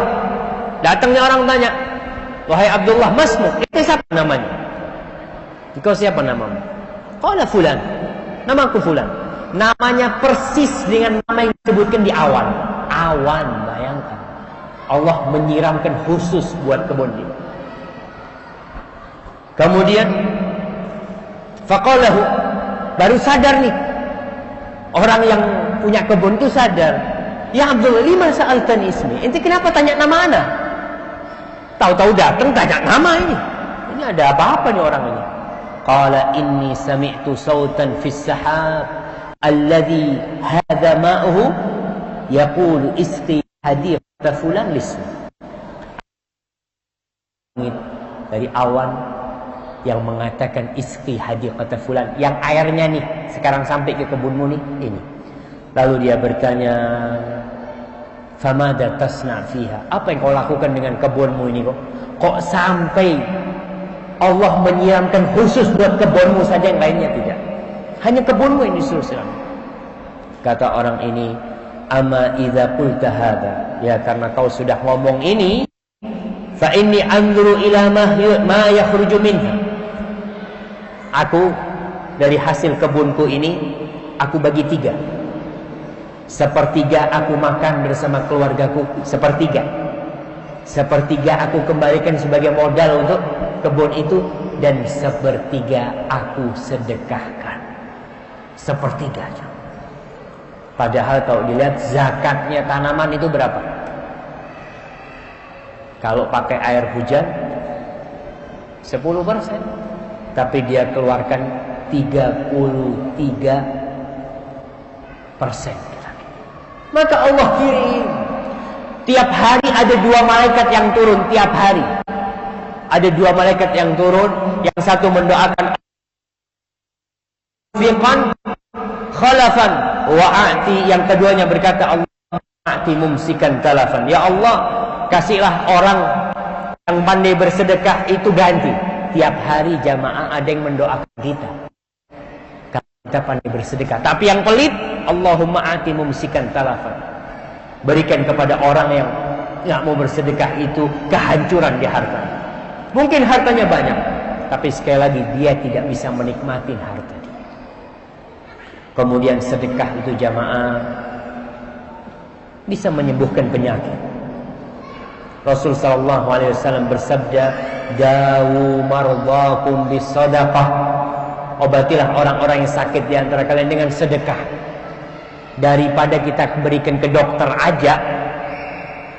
Biasanya orang tuh awalnya ke dokter. Ya, dokter sana, dokter sini. Udah angkat tangan dokter baru sedekah. Ya, katanya dokter nunggu mukjizat dari Allah. Hanya Allah yang bisa menyembuhkan. Ya sudahlah, ana mau sedekah. Nah, seharusnya dari awal sudah sedekah. Jangan nunggu terakhir duit udah dihabisin ke dokter, sambil kita ke dokter sambil sedekah.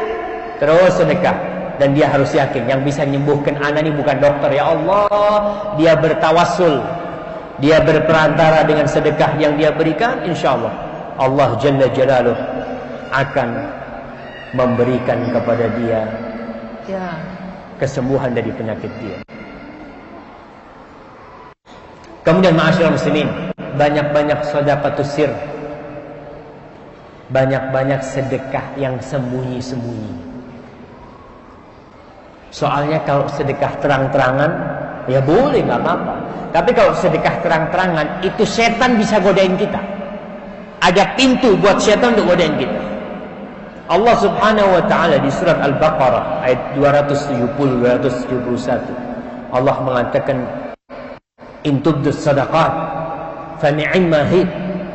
Kalau kalian sedekah terang-terangan, baik itu kata Allah. Baik. Tidak riak itu.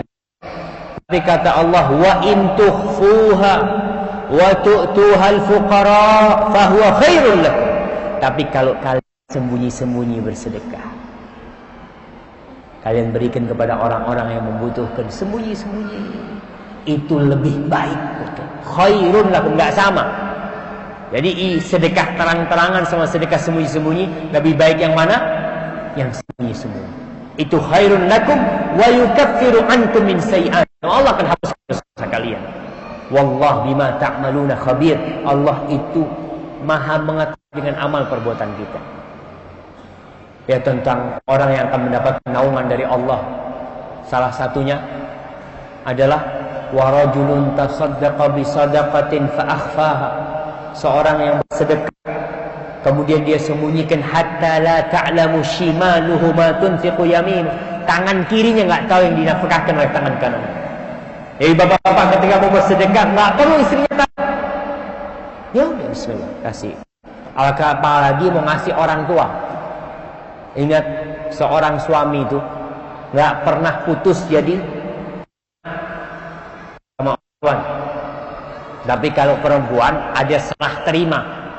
Anak perempuan itu diserahkan sama mertua kepada kita. Zawwajtuka wa angkatni, aku kasihkan kepada, amanatnya udah pindah. Tapi anak laki, ingat, ketika mau ngasih orang tuanya, nggak perlu istri tahu. Nggak perlu istri tahu. Kasihan juga istri kita. Kadang-kala ibu-ibu tuh kalau tahu suaminya ngasih mertuanya, bang, ibu lagi. Dia kadang-kala cemburu. Betul ibu-ibu. Mudah-mudahan salah omongan saya.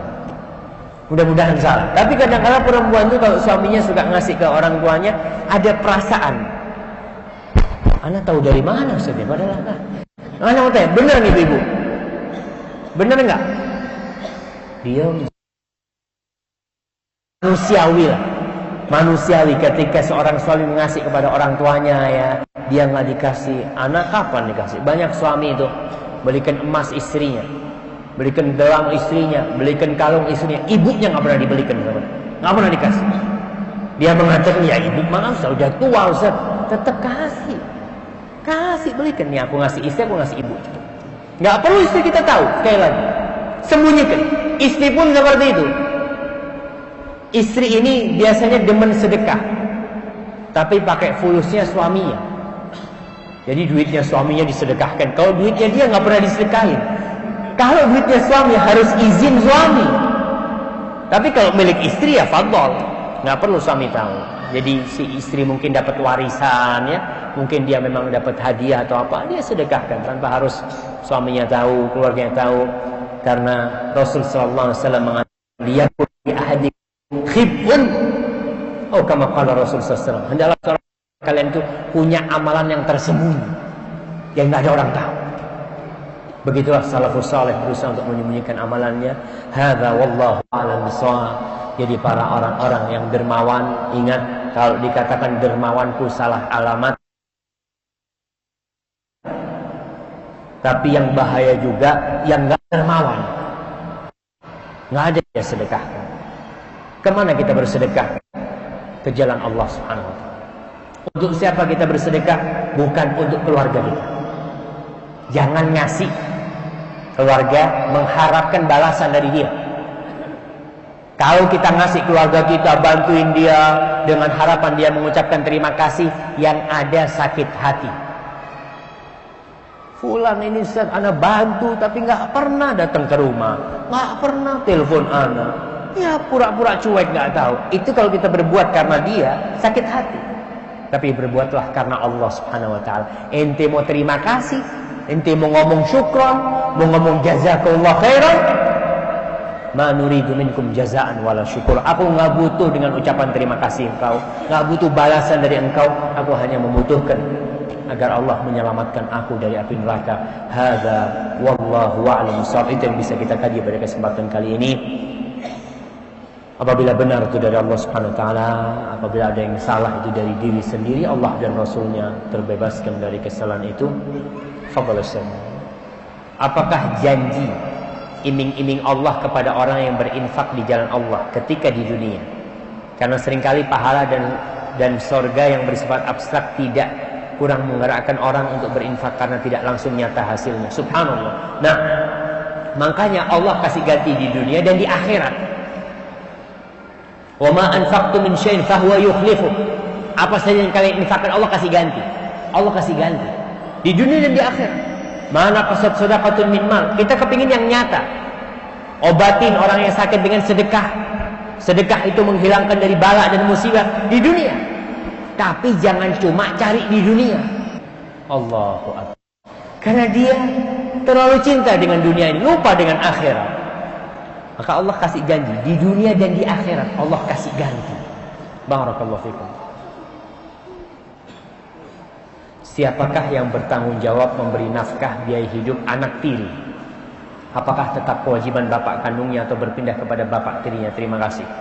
Ingat, yang wajib memberikan nafkah siapa? Bapak kandungnya. Nasabnya itu tetap sama bapaknya. Saya melihat kadangkala jadi janda, ibu-ibu ini jadi janda susah. Apalagi janda beranak. Karena yang ngasih makan anaknya siapa? Ibunya. Padahal kewajiban memberi nafkah kepada anak-anaknya full itu kewajiban bapaknya. Kalau bapaknya nggak mampu, kewajiban siapa? Paman-pamannya, kerabat dia. Bukan kewajiban ibunya tadi itu. Sebagian orang memang nggak ngerti, apalagi ketika terjadi perceraian atau gimana. Barakallahu fikum.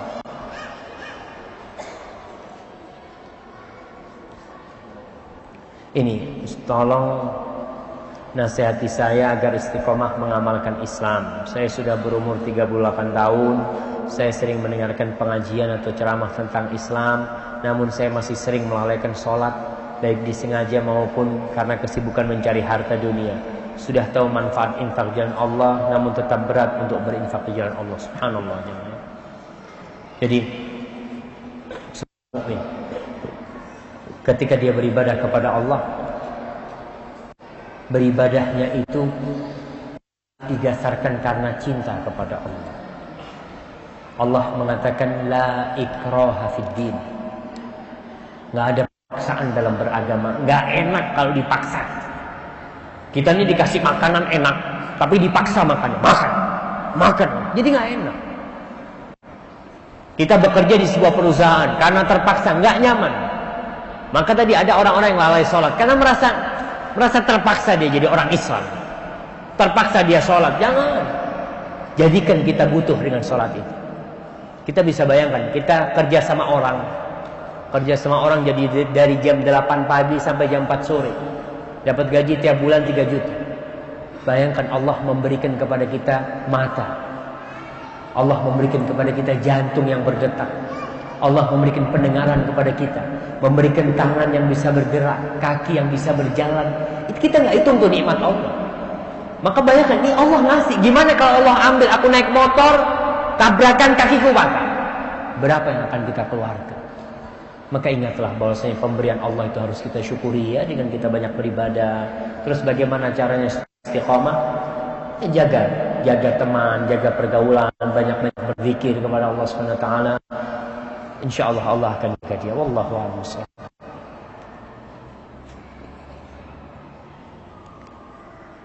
Nah, sudah benarkah bacaan dan cara salawat kepada Nabi Sallallahu Alaihi Wasallam seperti yang sering saya lihat di TV ya, yang diiringi dengan rebana secara beramai-ramai, bahkan dengan gerakan lambaian tangan seperti acara show artis, musik dan band. Subhanallah. Itulah ketika salawat itu sudah dijadikan sebuah acara, sebuah ritual. Jadi mereka tuh salawatnya cuma kalau ada acara. Selesai itu nggak salawat. Bahkan saya pernah melihat ada seorang ustadz yang suka sholawatlah dengan acara. Ketika menyebutkan nama Nabi Muhammad SAW berulang kali dia sebutkan, nggak ada sholawat sama sekali. Tidak menyebutkan Sallallahu Alaihi Wasallam sama sekali. Saya sampai bingung, ya Allah, ini katanya orang suka sholawat. Maka kalau dikatakan apakah sudah benar, tanyakan kepada dia, bagaimana salawatnya Rasulullah SAW, bagaimana salawatnya para sahabat kepada Nabi, bagaimana salawatnya para tabi'in kepada Nabi, bagaimana salawatnya Imam Syafi'i kepada Nabi, bagaimana salawatnya Imam Nawawi kepada Nabi Muhammad SAW. Tanyakan kepada imam-imam itu, bagaimana salawat mereka. Karena akhirnya salawat ini jadi hiburan. Jadi acara buat hiburan, tidak. Itu ibadah yang penuh dengan kekhusyuan gitu. Penuh kecintaan kepada Rasul SAW. Maka tolong kita pelajari kembali bagaimana salawatnya para sahabat, salawatnya tabi'in, salawatnya para imam-imam yang 4, Imam Abu Hanifah, Imam Malik, Imam Syafi'i, Imam Ahmad bin Hanbal. Tanya gimana mereka bersalawat. Bagaimana bentuk kecintaan mereka kepada Rasul SAW. Apakah dengan yang joget-joget seperti itu? Itulah yang kita diperintahkan untuk menuntut ilmu supaya tidak salah ya. Kita bersalawat kepada Rasul SAW. Benarkah semua umat Nabi Muhammad SAW masuk surga? Nah, Rasul SAW mengatakan, kullu ummati yadkhulul jannah illa man aba. Semua umatku masuk surga, semuanya, kecuali yang enggan masuk surga. Masya Allah. Maka sahabat tanya, waman ya'ba ya Rasulullah, siapa yang enggan masuk surga? Beliau mengatakan alaihi salatu wassalam, man ata'ani dakhalal jannah wa man asani faqad aba. Barang siapa yang taat kepada aku, dia masuk surga. Dan barang siapa yang durhaka kepada aku, maka dia enggan masuk surga. Jadi semua umat Nabi masuk surga kecuali yang nggak mau masuk surga. Siapa yang nggak mau masuk surga? Yang durhaka sama Nabi, yang nggak mau taat sama Rasul SAW. Ustaz, apakah ada sedekah atau infak yang berlebihan? Ada jamaah. Infak yang berlebihan itu ketika dia berinfak, dia habiskan hartanya, kemudian dia biarkan anaknya kelaparan, istrinya kelaparan. Ya nggak apa-apa kan, anak kasih masjid. Yang paling wajib kita berikan siapa? Keluarga kita, istri kita, anak kita. Maka berlebihan keluar ke dalam nggak dikasih, maka itu termasuk yang berlebihan di sana. Allah Subhanahu wa taala berfirman, "Wala taj'al yadaka maghlulatan ila 'unuqika wala tabsutha kullal bast fataq'uda maluman mahsura." Kata Allah Subhanahu wa taala, jangan kau letakkan tanganmu terbelenggu di belakang lehermu, kamu bersedekah. Dan jangan kau dilepas semuanya, kemudian engkau duduk menyesal. Karena istrinya minta makan, anaknya minta makan, dia nggak bisa memberikan kepada mereka. Tetap kita bersedekah itu ada pos-posnya ya. Yang kita berikan kepada istri kita pun akan dapat pahala. Yang kita berikan kepada kita pun kalau kita mengharapkan ridha Allah akan mendapatkan pahala. Wallahu a'lam bishawab. Ini berapa standar penghasilan ia wajib berzakat? Jadi nisabnya zakat itu 85 gram emas murni. Jadi kalau setahun kita punya uang tabungan zakatnya. Tapi kalau akhir tahun tinggal 10 juta karena beli mobil, karena beli rumah, duitnya habis, maka nggak ada zakatnya. Tapi kalau dia punya tabungan sebanyak 85 gram emas, itu berapa juta kira-kira tuh? Harga emas lantakan berapa sekarang? 500-an kira-kira kan? Kalau di sini hitungnya satu emas itu 2,5 gram. Satu emas 2,5 gram. 34 emas kalau di sini. 34 emas. Masya Allah. Baru ilmu baru Pak ya? Ya, cara hitung masyarakat begitu di sini. Satu emas 2,5 gram. Ya, biasanya belinya per emas itu. Oh jadi beli emas lantak di sini memang? Ya, hiasan atau apa. Tapi Oh cara subhanallah. hitungan berat per satu emas. Per satu emas. Ya nggak ngerti lah satu. Yang penting 85 gram emas. Jadi hitungannya kalau di sini berapa emas? 34 emas. 34 emas itu sampai nisab. 34 emas sampai nisab. Jadi nggak harus emas. Kadang-kadang duit. Jadi kita nyimpan dolar, kita nyimpan ringgit, kita nyimpan mungkin real ya. Ketika sampai di akhir tahun nilainya itu sama dengan 34 emas atau 85 gram emas, maka baru ada zakatnya. Kalau di bawah itu maka belum wajib zakat. Wallahu a'lam bishawab. Apakah zakat itu dihitung dari penghasilan bruto atau neto? Masya Allah.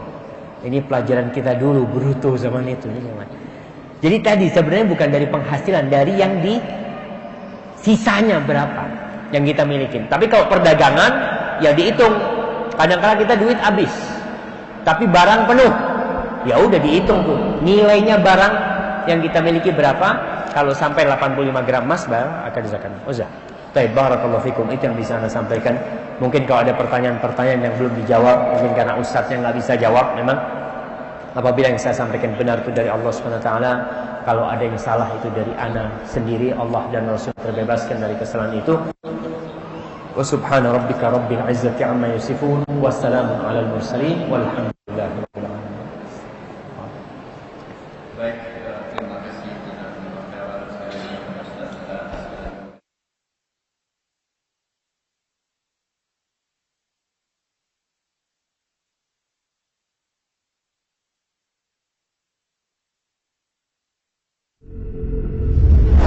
Surau TV, inspirasi keluarga Islami.